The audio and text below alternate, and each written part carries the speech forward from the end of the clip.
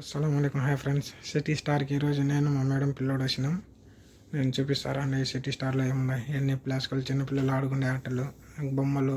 ఇప్పుడు నేను కిందికి పోతాను ఫ్రెండ్స్.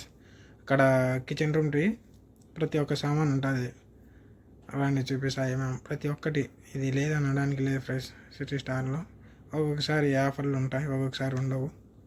ఈ ప్లాస్టికలు చూడండి, చాయ్ కాబట్టి ప్లాస్టిక్లు లోపల అన్నీ చూడండి ఫ్రెండ్స్. ఇవన్నీ వాళ్ళు తమరు వేసుకునేటి ఇవన్నీ హలావు వేసుకోవడానికి పెట్టుకుంటారు.